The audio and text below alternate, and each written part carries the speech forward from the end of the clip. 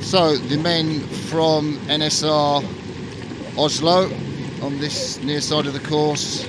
My goodness, they've had some close races this regatta, Mark. Yeah, this is another one I think is coming. These guys had yesterday off. These athletes rested yesterday because they raced on Friday.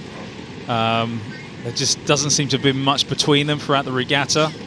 And you've definitely got the top two crews in this event racing it out in this final. Here we see the men from Thames Rowing Club, coached by Jamie Brown. And they have had, I guess, nothing's easy in the Whitefolds. It's such tight racing, but I guess you could say they haven't had as many close finishes as the guys from Norway. So it's the final of the Whitefold Challenge Cup. Thames Rowing Club at the top of your picture, NSR Oslo, Norway. On this island side, the right-hand side of your picture, this is going to be a real barnstormer. Sven Ole Molstad Nicholson has got his hand up. Now it's down. Oh, she held him a long time there, didn't she? Yeah, that makes it always difficult and a bit rocky, a bit uncertain because you may have lost the grip on the water, but great to see both crews off cleanly. Men from Oslo row on the Arogun Fjord there in Oslo, coached by Halvor West. I was talking to him today and he's really pleased with his crew's progress. You know what he was telling me, Mark, was that in the run-up he said you never get any good strokes at Henley. These guys are so experienced. They've raced Thames Cup, they've raced Whitefold Challenge Cup. But he basically didn't tell them. They changed their pitch from -4 to +4, and he wouldn't tell them for an outing, and they had to cope with whatever pitch they had. And he said that really prepared them for the difficult conditions at Henley. That's really impressive. I've never heard of someone doing that. So that's thinking outside the box here. That's really impressive because, yeah, at Henley is challenging. It's not just about your race. It's about the wash, the wind, all these things that are going around you, and being able to deal with all those kind of the things you can't control. So Thames Rowing Club at the top of your picture, just edging out on Oslo, but this race is not done and dusted by any means. Oslo will want to stop that move. I think their legs are quite tired. Apparently, according to their coach, they did have a day's road trip yesterday out to the local Tesco, which I think is the first time they've been out. But he said it with a bit of a tongue in his cheek. That's like a 20-minute walk or something like that maximum. But yeah, that'd be interesting to see how both of those crews dealt with that day off of racing, because you know you get into a pattern or a rhythm, don't you, racing back-to-back days, and it's kind of strange to have that break. So Thames have obviously trying to capitalise on that by taking the early lead, taking control. I must say this has been a fantastic first quarter from the Thames crew to have a length's lead over Oslo. Crew of their calibre at this stage of the race. Hugh Jones up in the bow seat, the men's captain, a Thames finalist back in 2017, rowed since 2015 for Thames Rowing Club, a loyal servant of the club, no doubt. Henry Lamb, also from Newcastle University, I think he's been to the Junior Worlds.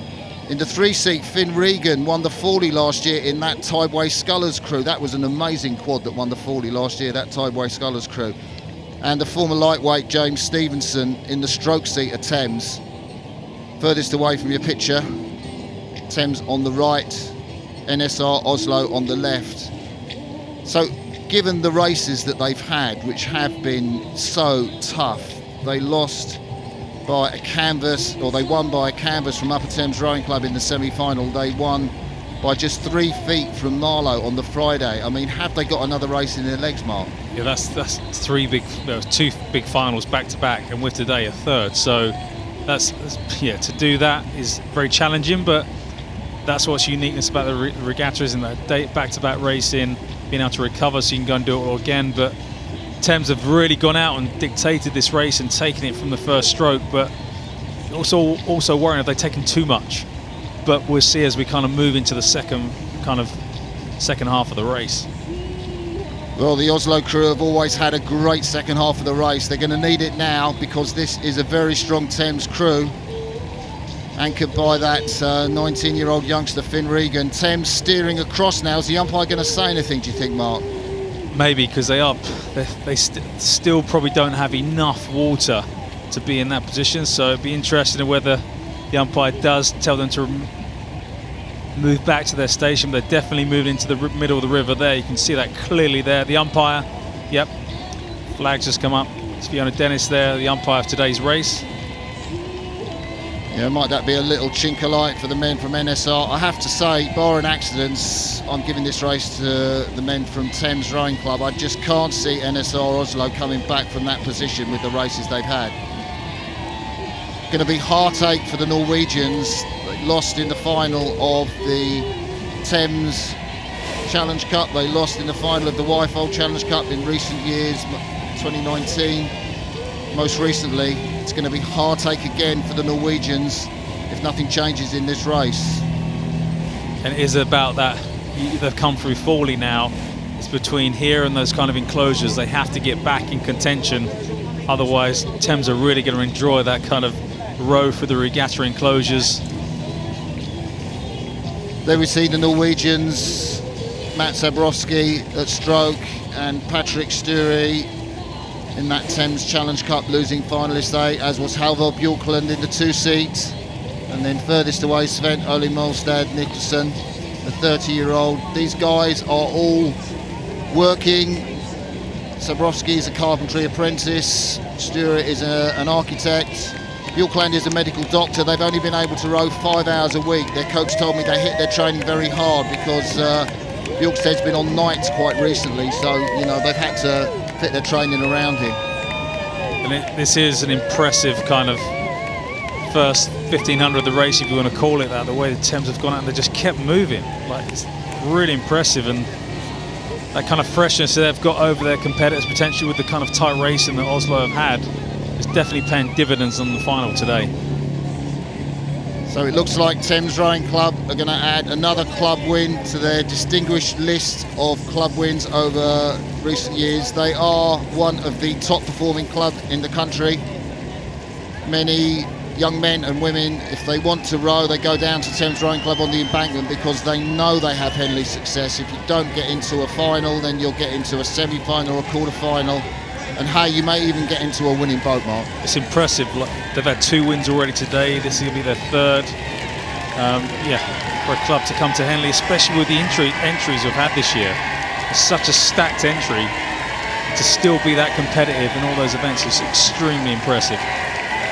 Jones, Lamb, Reagan and Stevenson come down to the finish line and look out from the commentary position. They have about 5 strokes left to go before they will celebrate. They have really been the better crew in this race. They've done the tired Oslo men. The Norwegians weren't really in it. Thames celebrate. They weren't to know that they would have such a comfortable victory in this race. It has been relatively comfortable. What a regatta these men from Oslo have had. Incredible racing they've given us. Wasn't to be today. And I think it's a tired Oslo crew that come over the line.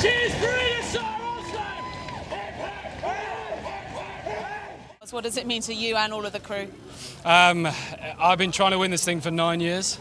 I first rode at Thames in 2015. This means everything to me, and I know to the boys as well. It's been an emotional year. It's been a difficult last few years with COVID and all those sorts of things. We have to thank everyone at the club, all the volunteers, all of our families who don't see us at birthdays and Christmases and realise we have to do ridiculous training, but this makes it worth it, and I'm so happy to deliver for all of those people. I hope it just means something to them. And just so successful, I'll bring you in, so successful for the club as well. You guys are having a cracking week, three wins out of 4 so far. Yeah, no, it's unreal. It's unlike any club I've ever been a part of. I've been a part of successful clubs in the past, but there's something special about Thames.